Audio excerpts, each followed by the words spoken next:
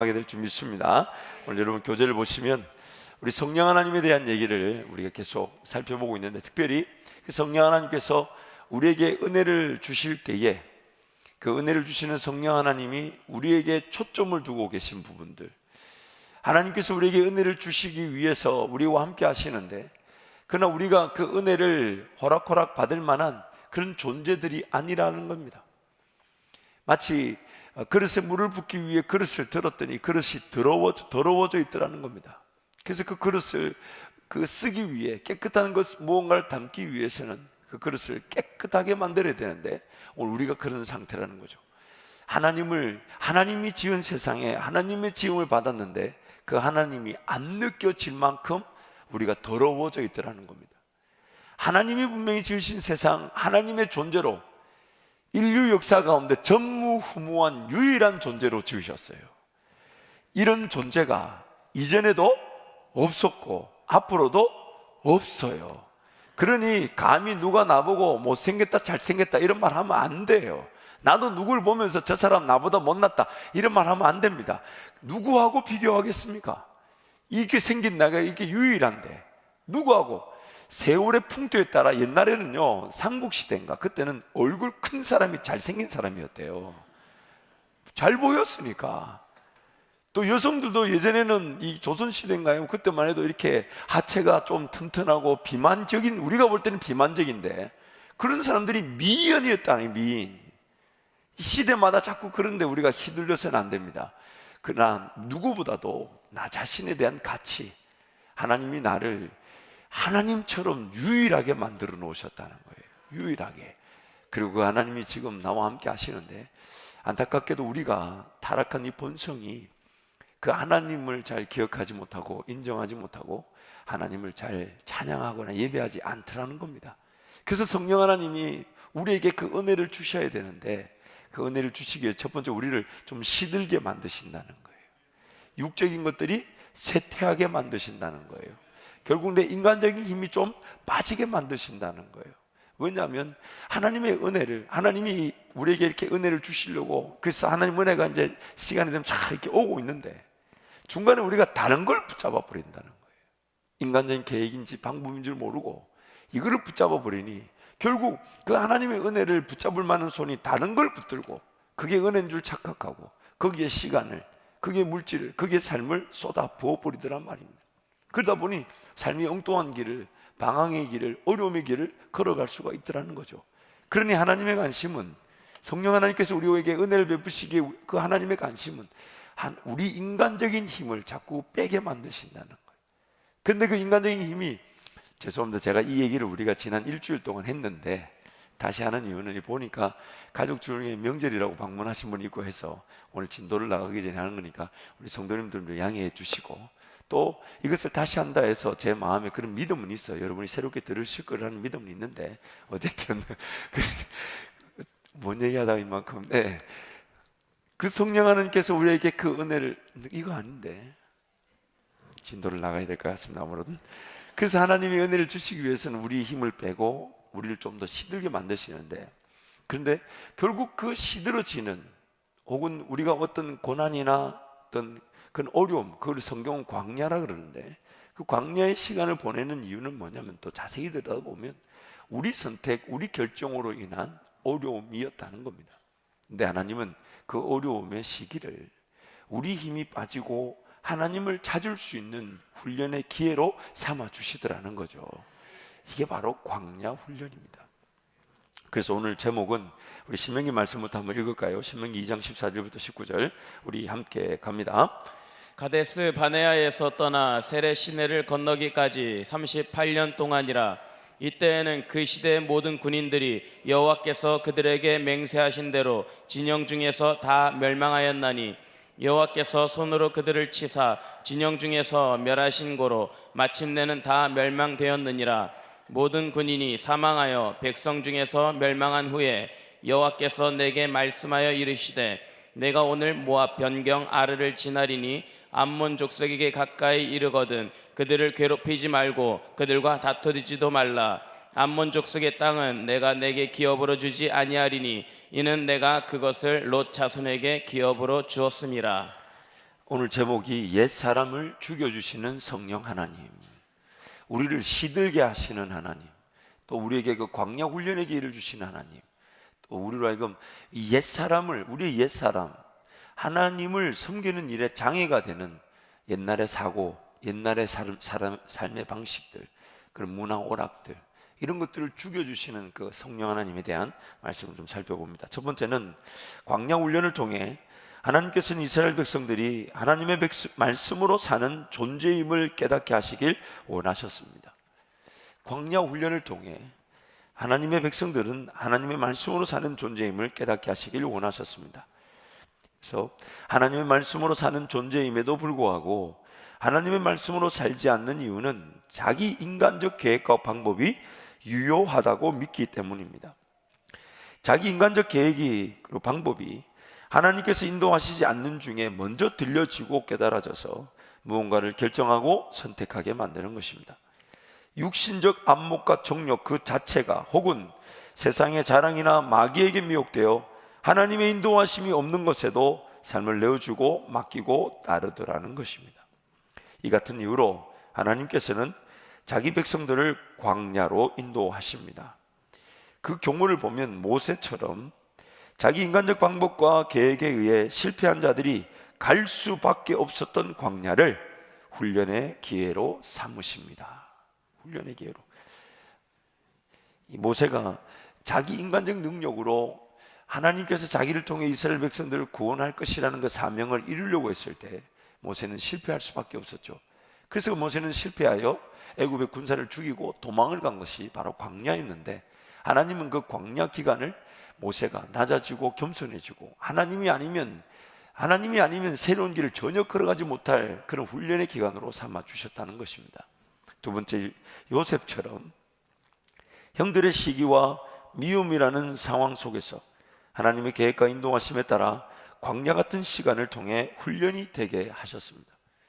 요셉 자기가 어떤 의도의 딸이보다는 아버지의 사랑을 받은 것이 형들의 미움을 받게 되었고, 그것을 통해 형들의 미움을 통해 이렇게 구덩이에 던져지고 또 종으로 팔려가고, 근데 그 과정을 보면 구덩이에 던져졌을 때 그런 장남 루벤이라든지 유다를 통해 다른 형제들이 죽이지는 말자, 다른 형제들에게 죽이지는 말자, 그런 설득 작업들, 또 마침 구덩이에 던져져 있는데 그런 이스마엘의 상인이, 애굽으로 가는 상인을 만나게 해서 그들에게 요셉을 팔게 하는 장면들.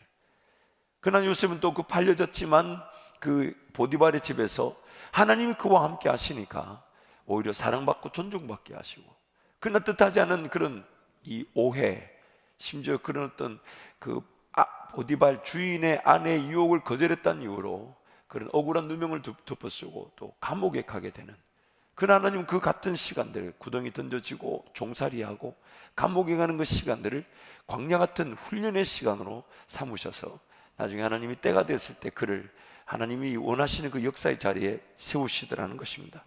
마지막으로 예수님처럼 성령 하나님께서 의도적으로 광야로 인도하셔서 마귀의 시험을 받고 이길 수 있도록 인도하십니다. 그래서 누가복음 말씀 우리 4장 1절 2절 말씀을 함께 선포합니다. 예수께서 성령의 충만함을 입어 요단강에서 돌아오사 광야에서 40일 동안 성령에게 이끌리시며 마귀에게 시험을 받으시더라. 이 모든 날에 아무것도 잡수시지 아니하시니 날수가 다함에 줄이신지라. 성령 하나님께서 예수 그리스도 그분으로 하여금, 그분은 죄인이 아니셨는데 죄가 없으신 분이신데, 그릇으로 따지자면 깨끗한 그릇인데도 불구하고 이 타락한 죄인들의 대표시라는 그 이유로 그분도 성령에 끌려 이 마귀에게 시험을 받으러 광야로 들어가셨다는 겁니다. 그런데 감사한 것은 그 광야에서 마귀의 시험을 받으신 예수님은 그 광야 훈련을, 마귀의 시험을 말씀으로 이기셨다는 것이에요. 말씀으로. 그래서 하나님의 그 광야 훈련의 목적은 딱 한 가지입니다. 하나님의 백성들이 하나님의 말씀으로 사는 존재임을 확인시키기를 원하시고, 하나님의 말씀이면 충분하고 하나님이면 충분한 자들, 그것이 훈련이 잘 끝나게 되면 약속의 땅에서 하나님 나라가 하나님의 백성들의 삶을 통해 확장되어지게 되고, 어둠이 빛이 마음으로 물러가게 되고, 무엇보다도 먹고 마시고 입는 문제가 아닌 하나님의 백성들이 깨어있기만 하면 하나님 나라와 의를 위해 살고자 하는, 하나님께 영광이 되는 삶이 나타나게 되는 것입니다. 근데 안타까운 것은 2번, 하나님의 말씀으로 사는 존재임을 깨닫지 못한 이스라엘 백성들은 광야에서 삶을 마치고 말았습니다. 하나님의 약속의 땅, 가나안 정복, 자기 사명에 따라 쓰임을 받는 곳, 성령을 위하여 심고 거두는 곳, 하나님 나라가 회복되어 확장된 역사를 보지 못하고 광야에서 삶을 마무리하고 말았다는 것입니다. 그래서 14절 말씀 함께 갑니다. 가데스 바네아에서 떠나 세레 시내를 건너기까지 38년 동안이라. 이때에는 그 시대의 모든 군인들이 여호와께서 그들에게 맹세하신 대로 진영 중에서 다 멸망하였나니.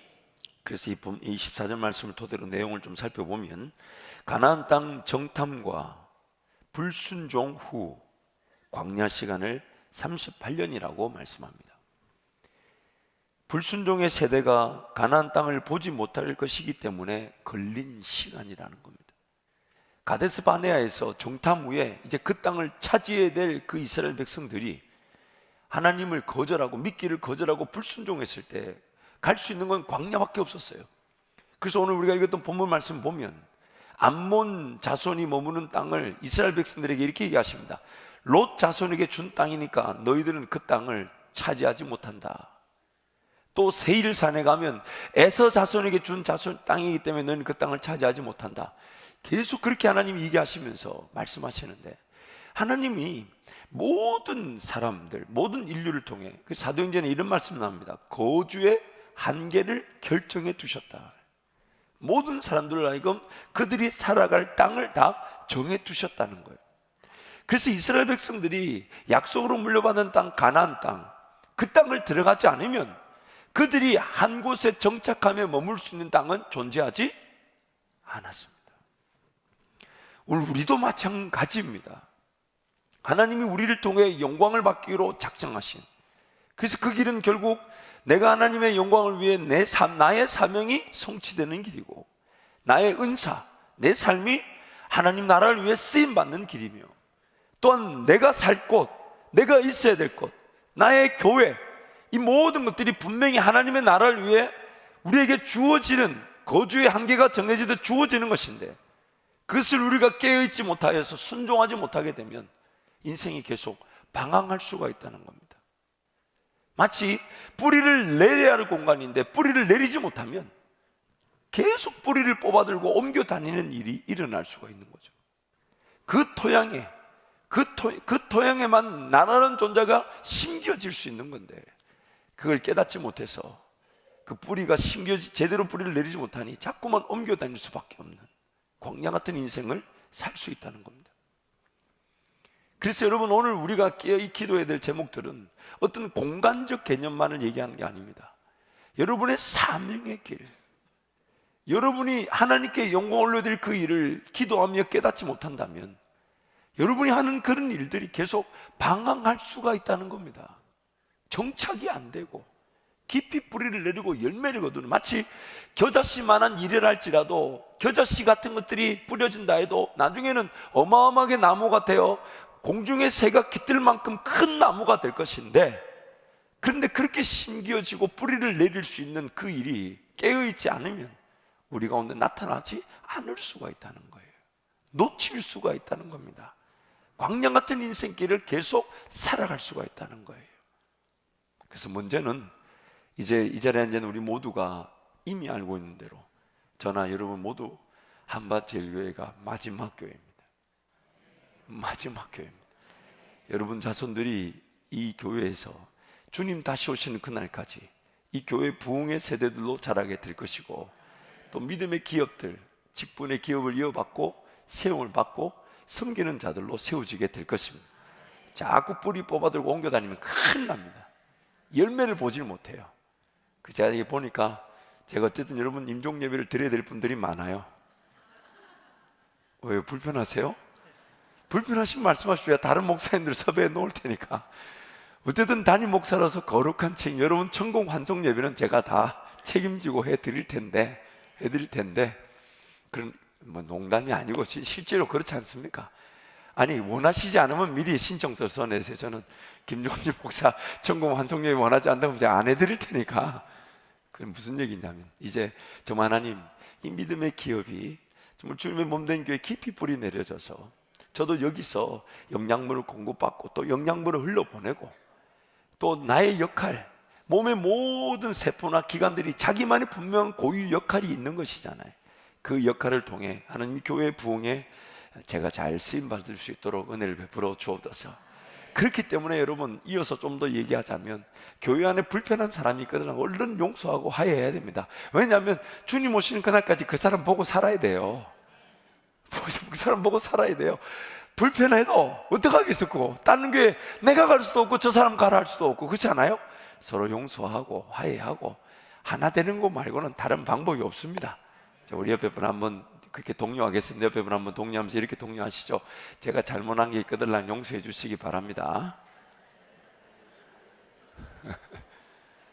그래서 여러분 어떻게든 사랑하며 살아야 되지 다른 방법이 없어요. 다른 방법이 없어요. 그럴 때에 우리 교회는 더욱더 하나됨의 공동체를 일 뿐만 아니라 여러분 모두는 그 주님의 몸된 교회에 깊이 뿌리를 내다 보니 그 성숙과 성장은 말할 필요가 없겠죠. 주님이 뭐라고 얘기하십니까? 옥토에 뿌려지게 되면 뿌리를 내리게 되면 30배, 60배, 100배의 열매를 거둔다고 말씀하셨죠. 그것이 모두 하나님께 영광이 되고 우리의 삶의 풍성함을 나타나게 될 것입니다. 그래서 여러분 내용을 이어서 가면 그래서 그 불순종의 세대가 가나안 땅을 보지 못하기 때문에 38년이라는 시간이 걸렸던 겁니다. 세 번째는 근데 오늘 본문 말씀 보면 불순종의 세대를 가리켜서 뭐라고 표현하냐면 그 시대의 모든 군인들이라고 말씀합니다. 가데스 바네에서 하나님 말씀을 하나님을 의지하지 못하여 거절하여 광야로 들어온 사람들을 그 시대의 모든 군인들이라고 표현합니다. 왜 그럴까? 여기서 가보면 왜냐하면 전쟁은 하나님께 달린 것인데 자신들의 육신적 능력으로 하나님의 전쟁을 치르려고 즉 인간적 방법과 능력으로 하나님 백성답게 살고자 했기 때문에 그 백성들을 가리켜 그 시대의 모든 군인들이라고 말했던 거예요. 군인들. 자신의 제 지배 상태인 옛사람의 능력으로 하나님을 섬기고자 했던 사람들, 하나님의 방식, 하나님의 능력, 하나님만을 전적으로 바라보는 것이 하나님의 백성인데도 불구하고 자신들의 인간적 능력과 방식으로 하나님을 섬기고자 했던 그들, 그 시대의 모든 군인들. 성경이 너무 적나라하면서 정확한 표현을 하는 거죠. 자기 힘으로 하나님 나라를 살고자 하고 자기 힘으로 하나님이 그 주신 땅, 그 땅을 차지하려고 보니 엄두가 나지 않아 거절했던 그들, 그 시대의 모든 군인들. 이러한 이유로 광야에서 멸망당한 이스라엘 백성들을 그 시대의 모든 군인들이라고 표현하고 있는 것입니다. 그 시대의 모든 군인들. 반면에 가나안 땅에 들어간 사람들은 우리 신명기 1장 38절 39절 함께 갑니다. 내 앞에 서 있는 눈의 아들 여호수아는 그리로 들어갈 것이니 너는 그를 담대하게 하라. 그가 이스라엘에게 그 땅을 기업으로 차지하게 하리라. 또 너희가 사로잡히리라 하던 너희의 아이들과 당시의 선악을 분별하지 못하던 너희의 자녀들도 그리로 들어갈 것이라. 내가 그 땅을 그들에게 주어 산업이 되게 하리라. 두 부류의 사람이 가나안 땅에 들어간다고 합니다. 여호수아와 갈렙이죠. 12 정탐꾼 중에 2명의 정탐꾼 여호수아와 갈렙은 그 땅을 들어가고 또 한 부류를 소개하기를 군인 세대가 즉 광야에서 멸망당했던 1세대 그 군인 세대가 염려하였던 자신들의 자녀 세대 근데 성경은 이렇게 표현합니다. 사로잡히리라 했던 아이들과 선악을 분별하지 못하던 자녀들, 사로잡히리라 했던 그 자녀들과 선악을 분별하지 못한 자녀들. 이걸 성경 왜 이런 표현을 쓸까? 몇 가지 내용을 살펴보면 판단과 결정 기준이 자신들에게가 아닌 하나님께 둔 자들을 뜻합니다. 어린 아이들, 즉 판단할 만한 능력도 없고 판단할 만한 이 결정할 만한 뭔가 힘이 인간적인 힘이 전혀 없는 상태죠. 부모님이 이끌어주고 부모님이 먹여주고 부모님 그들 삶을 결정해 주지 않으면 결정이 안 되는 자녀들. 두 번째는 자신들의 실력을 기준으로 해서 하나님의 인도하심을 평가할 줄 몰랐던 어린아이들. 제가 좀 어렵게 말을 썼는데 쉽게 표현하면 하나님이 그들을 인도하지 않으시면 그들은 걸어갈 줄 모르고 하나님이 인도하시면 그 길이 전부인 줄 알아 모든 평가와 판단을 하지 않고 하나님의 인도하심을 따라가는 자들. 세 번째는 옳고 그름에 대한 판단을 자기가 할 줄 모르는 사람들. 아담이 하와와 함께 죄를 지었을 때에 최대 미혹이 뭐였습니까?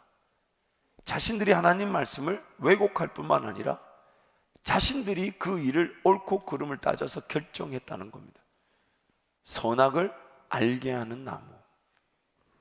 네 번째는 싸울 만한 실력이나 능력이 없기에 하나님께서 도우시지 않으면 안 되는 자들. 이게 바로 사로잡히리라 하던 자녀들이에요. 다섯 번째는 하나님만이 그들을 인도하였고 지키셨고 보호하셨다는 것만으로 설명이 되는 자들. 쉽게 얘기하자면 하나님이 아니면 그들이 어느 길을 걸어가든 그 길을 걸어갈 수 없는 것이고 하나님이 아니면 그들에게는 어떤 은혜도 나타나지 않았으며 나중에 뭔가 일이 이루어지고 뭔가 그들이 산업을 얻고 기업을 얻고 땅을 차지하게 됐을 때 그들이 자랑할 만한 그거는 오직 한 분 하나님이었다는 그거. 하나님이었다는 그거. 그래서 이 백성들, 이 지금 1세대 백성들이 사로잡힐 것이라 했던 이 자녀들이나 선악을 분별하지 못했던 이 자녀들이 나중에 가나안 땅 들어갈 때는 하나님 그들에게 그 땅을 뭐 정탐하거나 돌아보거나 그들 의견을 묻지 않으십니다. 그냥 요단강을 통해 그들을 집어넣어 버리시죠. 근거는 한 가지죠. 뭔가 평가하고 판단할 만한 능력이 없다는 걸 아예 전제해 버리고 그들을 거기다가 집어넣어 버렸던 겁니다. 그래서 마가복음 말씀에 이런 말씀이 있습니다. 마가복음 10장 13절부터 16절 함께 갑니다. 사람들이 예수께서 만져주심을 바라고 어린아이들을 데리고 오매 제자들이 꾸짖거늘 예수께서 보시고 노하시어 이르시되 어린아이들이 내게 오는 것을 용납하고 금하지 말라. 하나님의 나라가 이런 자의 것이니라. 내가 진실로 너희에게 이르노니 누구든지 하나님의 나라를 어린아이와 같이 받들지 않는 자는 결단코 그곳에 들어가지 못하리라 하시고 그 어린아이들을 안고 그들 위에 안수하시고 축복하시니라. 이 부분에 대해서 우리 한국성서신학대학원의 이민규 교수님이 이런 주의를 하셨어요. 여러분 교재 보시면 나오죠. 고대 사회에서 어린아이는 그리 존중받지 못했습니다. 예수님에게 다가올 고난과 십자가의 죽음 그리고 제자들에게 요구되는 낮아짐의 상황에서 그들은 자신들의 사회적 신분 상승에만 관심이 있었습니다. 저를 한번 보시죠. 제자들이 길을 가다가 서로 다툼이 일어났어요. 왜냐하면 세베대 아들들의 어머니가 예수님을 찾아서 하는 말이 아들 둘이가 있는데 하나들은 예수님 오른편에 하나들은 예수님 왼편에 앉게 해주십시오. 이렇게 얘기하죠. 그러니까 예수님이 좌우편에 누가 앉히는 것은 그건 하나님이 하실 일이다. 그러나 인자는 섬김을 받으러 온 것이 아니라 섬기려 한 것이고 누구든지 섬기는 자들이 이 자리를 차지하게 될 것이다. 그렇게 얘기했죠. 그런데 나머지 제자들이 세베대 어머니가 그 얘기를 요구하는 걸 들으면서 서로 시기하고 탈투하죠. 왜 시기하고 질투합니까? 그 자리에 누가 앉아야 된다고요? 자기가 앉아야 된다는 거예요. 자기가. 예수님을 기다렸고 예수님을 따른다면서 그들의 목적은 당시 사회적인 어떤 전반적인 경제, 정치, 군사적, 식민 상황을 어떻게든 극복해보고 또한 사회적 그런 신분 자체, 지위 자체가 상승되는 것이 그들의 삶의 목적일 수 있었다는 겁니다. 그래서 그 부분을 지금 지목하면서 이어져 가기를 그러나 어린아이처럼 무력하고 공격당하기 쉬운 천한 자의 위치로 낮아지는 자세가 오히려 높아지는 길입니다. 하나님 나라는 낮고 천한 자의 겸손과 섬김을 요구하기 때문입니다. 천한 자를 영접하는 자는 하나님을 영접하는 것과 마찬가지입니다. 사람들은 예수님이 자신의 어린아이들을 만져주시기를 원했고 제자들은 그들을 꾸짖었지만 예수님은 오히려 제자들을 꾸짖으시며 어린아이들을 안아주시고 안수하시고 축복까지 해주십니다. 이는 세상에서 천하고 낮은 자인 어린아이가 하나님의 나라에서는 고귀하고 축복의 대상이라는 것을 만천에 드러내는 행동이셨습니다. 하나님의 나라는 분명히 낮고 천한 자로 자신을 낮추고 그런 위치에서 하나님의 나라를 떠받드는 자에게 주어지는 선물입니다. 자기 자신을 하나님 앞에 중요하게 생각하고 높이는 사람에겐 하나님의 나라가 주어지지 않습니다. 하나님 나라와 하나님 나라에 들어갈 자격으로 어린아이는 무력하고 천한 자의 의미입니다. 하나님 나라가 이런 자들의 것이라고 말한 것이 오늘 이 가나안 2세대, 가나안 1세대, 즉 광야에서 삶을 마친 그러나 그 자녀들과 문맥이 상통하고 있는 것입니다. 다시 한 번 더 말씀을 좀 더 정리하자면, 오늘 우리는 지금 하나님의 은혜가 아니면 시작될 수 없는 구원의 여정을 시작한 사람들이에요. 조금 이따 말씀을 살펴보겠지만 성경은 이것을 거듭났다라고 표현합니다. 그리고 또 젖을 먹을 때가 있고 단단한 식물을 먹을 때가 있는데, 거듭났으면 오늘 내 앞에 주어진 삶은 우리가 전혀 예측되지 않고 심지어 어린아이와 같이 무엇이 필요하며 무엇을 먹어야 되며 무엇을 마셔야 되며 무엇을 입어야 되는지를 알까요? 모를까요? 알까요? 모를까요? 몰라요. 그냥 배고프면 울고 이렇게 뒤로 배설물이 나왔으면 울고, 근데 그것이 왜 먹어야 되고 왜 그렇게 되는지를 전혀 모를 수 있는, 그것이 거듭남의 세계라는 건데, 그런데 우리가 예수를 믿고 구원을 받고 거듭났다고 하면서 하나님을 섬기는 일에 나의 인간적인 계획과 방법, 지식, 경험, 그런 것들로 자꾸 평가하는 거예요. 눈에 보이는 것으로 이거는 어려워, 이건 안 돼, 이건 힘들어.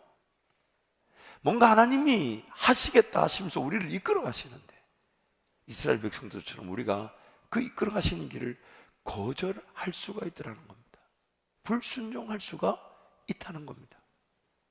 이게 지금 이스라엘 백성들만의 얘기가 아닌 오늘 우리에게 일어난 일을 하나님이 지금 경계하라고 말씀하시는 겁니다.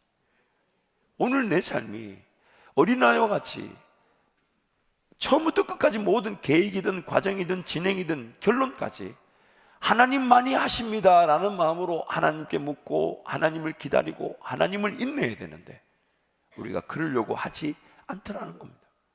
그래서 자기 인간적 계획과 방법으로 자꾸만 길을 걸어가 보니 그 길이 내가 생각했던 만큼 생명의 길이고 은혜의 길이고 하나님께 영광의 길이 될 것처럼 보였는데 그렇지 않더라는 겁니다. 그래서 지금 주님이 말씀하시기를 하나님 나라는 어린 아이와 같은 자들의 것이다. 선악을 분별을 하려고 하지 않습니다. 내 생각으로 옳고 그름을 판단하려고 하지 않아요. 하나님께 무조건 갖고 나와 묻는 겁니다. 하나님, 이거 내 눈에 좋아 보이는데 하나님은 어떻게 생각하십니까? 하나님, 제 마음이 분주하고 이거를 안 따라가면 안 될 것 같고 결정 안 하면 안 될 것 같은데 하나님은 어떻게 생각하십니까? 그래서 하나님, 오늘 밤에 결정하지 않으면 이 일을 놓친다고 합니다. 그렇게 기도하다가 하나님 응답해 주지 않으시고 확인해 주지 않으시고 하나님 분명히 말씀해 주지 않았는데 이거 좋은 기회 놓치면 놓칠지라도 저는 하나님을 기다리겠습니다. 이게 항상 우리 삶의 관건이죠. 관건이죠. 그러니까 나중에는 우리가 결정장애가 생기는 게 당연해요. 왜냐하면 내 마음대로 결정해서 걸어갈 만한 인생길이 거의가 아니라 아예 없다고 봐야 합니다. 그런데 감사한 것은 그렇게 결정할 일을 하나님께 맡겨놓고 걸어갔더니 그 길을 걸어가면서 우리가 느끼는 것이, 내가 결정한 것보다 훨씬 더 좋은 삶이구나. 진짜 내가 행복한 삶이구나. 내가 정말 좋아하는 삶이 이거였는데 내가 몰랐었구나. 이 길에서 내가 이렇게 자유하듯 쓰임을 받고 나도 행복할 수 있는 거였구나. 이걸 내가 몰랐는데 하나님이 이 길을 못 왔을 것인데 하나님이 내 삶을 기어이 이 자리까지 인도해 주셨구나. 그러면서 우리 삶의 뒤를 여정을 보면서 할 수 있는 고백은 한 가지밖에 없는 거죠. 예수 인도하셨습니다. 예수 인도하셨습니다.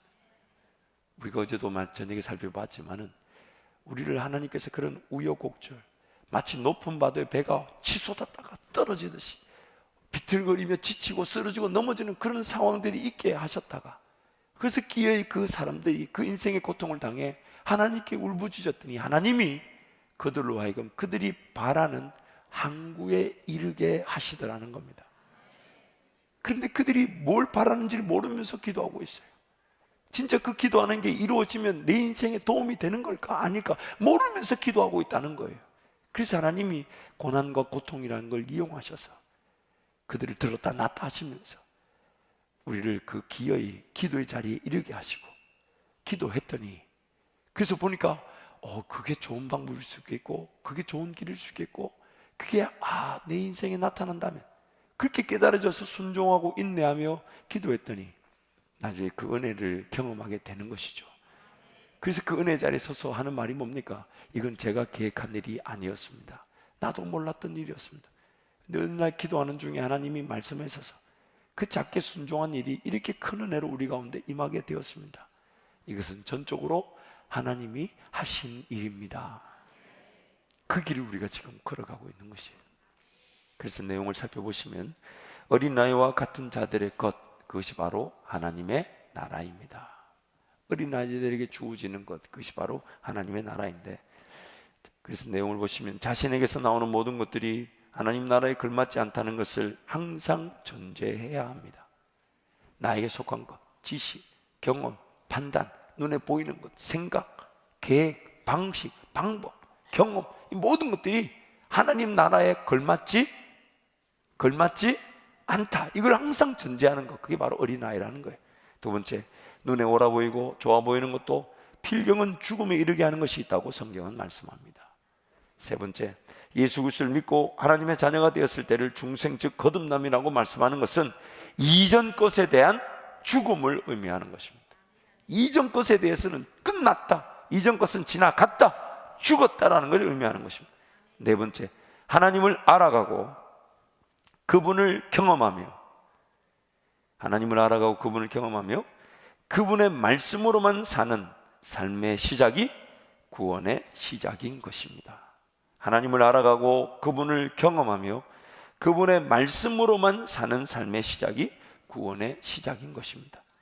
그러므로 구원 얻은 자들에게 광야 훈련은 필수적 과정인데, 이 과정을 통해 거듭난 자로서의 삶의 시작, 즉 하나님의 말씀으로 사는 존재임을 확인하는 것이 하나님의 뜻입니다. 우리 갈라디아서 2장 20절 말씀 함께 갑니다. 내가 그리스도와 함께 십자가에 못 박혔나니 그런즉 이제는 내가 사는 것이 아니요 오직 내 안에 그리스도께서 사시는 것이라. 이제 내가 육체 가운데 사는 것은 나를 사랑하사 나를 위하여 자기 자신을 버리신 하나님의 아들을 믿는 믿음 안에서 사는 것이라. 로마서 6장 6절 7절 말씀도 함께 갑니다. 우리가 알거니와 우리의 옛사람이 예수와 함께 십자가에 못 박힌 것은 죄의 몸이 죽어 다시는 우리가 죄에게 종노릇 하지 아니하려 함이니 이는 죽은 자가 죄에서 벗어나 어렵다 하심을 얻었습니다. 그래서 이 로마서 5장과 6장을 읽어보면 우리에게 이렇게 선포합니다. 죽은 자로 여기를지어다. 죽은 자로 여기를지어다. 그래서 어린아이와 같은 마음으로 하나님께 달려나올 때마다 항상 그 죽은 자임을 선포하는 겁니다. 하나님이 이렇게 생각이 되지만 이 생각이 옛사람의 방식일 수 있음을 제가 기억합니다. 하나님 이렇게 할 수 있는 내 힘이 내가 죽지 않은 나의 옛사람에 속한 힘일 수 있습니다. 하나님 이렇게 생각하는 내 지식과 내 경험, 내 방법이 하나님 나라 걸림돌이 될 수가 있습니다. 죽은 자로 여기를지어다. 죽은 자로 여기를지어다. 확 죽어버리면 좋은데 이것이 쓸모가 없다는 얘기인데, 하나님 보실 때는 아무런 가치가 없는데 여전히 가치 있는 것처럼 활동하니까 성경이 우리에게 뭐라고 얘기하냐면 죽은 자로 여기라는 것입니다. 죽었다고 여기라는 거예요. 죽었다고 여기라는 거예요. 생각이 들 때마다 기도의 자리에 갖다 놓고 하나님 이 생각이 성령 하나님의 인도하심이 아닐 수 있습니다. 이 계획이, 이 방법이, 이 지식, 이 경험이 하나님 나라 영광과 전혀 관계없는 내 것일 수, 내 육신의 것일 수 있습니다. 그렇게 기도하며 묻는 것 자체가 바로 죽은 것으로 여기는 것이죠. 죽은 것으로. 그래서 여러분, 하나님께서 우리에게 은혜를 베푸시기 위해 우리 인간적인 것들 시들게 하고 죽게 만드실 때에 기꺼이 우리가 그 죽음의 자리, 기도의 자리, 예배의 자리, 하나님을 끝까지 기다려서 하나님의 인도하심을 보는 우리 모든 성도 되시길 축복합니다. 기도하겠습니다. 하나님 아버지, 귀한 사랑을 베푸심을 감사하며 우리를 구원하셔서 하나님의 백성다운 그 은혜의 길을 걸을 수 있도록 인도해 주심을 진심으로 감사합니다. 이 시간도 하나님, 기도하는 자리인 줄 알아 달려나오는 성도들에게 은혜를 베풀어 주옵소서. 그 기도의 자리가 살아나게 하여 주옵소서. 하나님 앞에 모든 것 내어놓고 죽은 것임을 선포하며 인간적인 욕심, 인간적인 계획에 사로잡히지 않도록 은혜를 더하여 주옵소서. 이 시간에도 하나님 귀한 예물을 드린 손길들을 축복하오니 기도의 제목들 담은 이 예물들 주님 흠량하여 주시고 더 놀라운 하나님의 인도하심과 하나님이 함께 하심으로 모든 상황을 넉넉히 이겨내되 하나님 그 기도 제목들이 하나님의 뜻 가운데 응답되어지게 하여 주옵소서. 치료되어지게 하여 주옵소서. 아멘. 만져주시고 위로하여 주옵소서. 아멘. 이 밤에 또 기도하는 성도들 또한 온근 각지에서 지금도 하나님 인터넷으로 시청하며 기도하는 성도들 기도의 자리를 살려주셔서 아멘. 하나님을 깊이 경험하며 하나님께서 무엇을 말씀하시든지 듣고 순종할 수 있는 은혜를 누리게 하여 주옵소서. 예수님 이름으로 축복하며 기도합니다. 아멘.